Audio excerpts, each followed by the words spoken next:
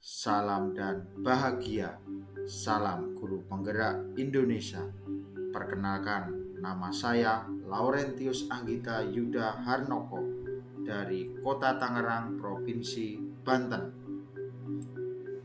Pada kesempatan yang baik ini, izinkan saya membagikan pengalaman dan apa yang sudah saya baca dan saya refleksikan secara mendalam tentang pemikiran filosofi Ki Hajar Dewantoro, pendidikan yang berpihak pada murid. Berikut ini beberapa pemikiran filosofi Ki Hajar Dewantoro. Semboyan Ki Hajar Dewantoro yang terkenal dari dulu hingga sekarang dan selalu kita hidupi dalam dunia pendidikan. Ngarso Tulodo, Matthew Mangunkarso, Puri Handayani, yang kita sama-sama ketahui bahwa semboyan itu merupakan trilogi pendidikan. Semboyan yang pertama, Ngarso Tulodo.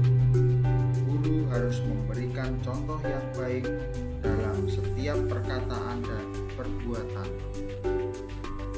Semboyan yang kedua, Matthew Mangunkarso, di mana guru harus ada di tengah-tengah murid untuk selalu memotivasi dan memberikan semangat. Semboyan yang ketiga, Puri Handayani, di mana guru harus mampu memberikan dorongan dan arahan yang jelas. Selanjutnya, tujuan pendidikan filosofi pemikiran Ki Hajar Dewantoro. Bagaimana kita sebagai guru harus mampu menuntun segala kodrat yang ada pada anak-anak agar mereka dapat mencapai keselamatan dan kebahagiaan yang setinggi-tingginya, baik sebagai manusia maupun sebagai anggota masyarakat.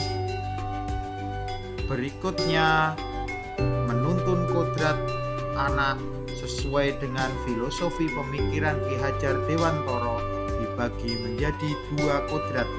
Yang pertama, kodrat alam, dan yang kedua, kodrat zaman. Di mana kodrat alam sebagai lingkungan alam tempat peserta didik berada, baik kultur, budaya maupun kondisi alam geografisnya. Sedangkan kodrat zaman adalah proses menuntun anak diberikan kebebasan. Pendidik menjadi pamong dalam memberi tuntunan dan arahan agar anak tidak kehilangan arah dan membahayakan dirinya. Selain itu, filosofi pemikiran Ki Hajar Dewantoro di mana pembelajaran yang berpusat pada murid. Pembelajaran yang berpusat pada murid dapat mendorong siswa terlibat secara aktif dalam membangun pengetahuan, sikap, dan perilaku.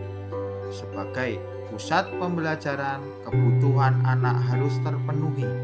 Anak perlu merasa aman, nyaman, berharga, dicintai, dan dipahami, akan mendorong munculnya motivasi dan kesadaran anak untuk belajar.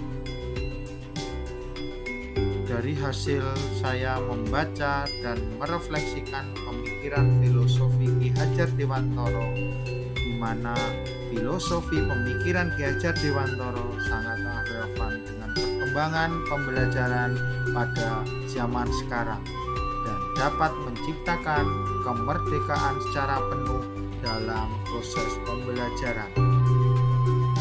Setelah saya melaksanakan refleksi tentang filosofi pemikiran Ki Hajar Dewantoro, saya menemukan tantangan dan solusi bagaimana saya menerapkan filosofi Ki Hajar Dewantoro dalam kegiatan pembelajaran, di mana tantangannya adalah kurangnya minat anak dalam belajar sehingga sulit melaksanakan pembelajaran yang sesuai dengan kodrat alam dan kodrat zaman. Solusi yang bisa saya berikan adalah bagaimana kita sebagai seorang guru harus bisa memilih model dan metode pembelajaran yang menyenangkan serta dapat bermain sambil belajar sesuai dengan kodrat pada masa.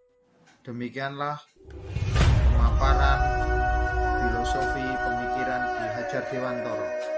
Terima kasih yang sudah menonton. Salam dan bahagia. Salam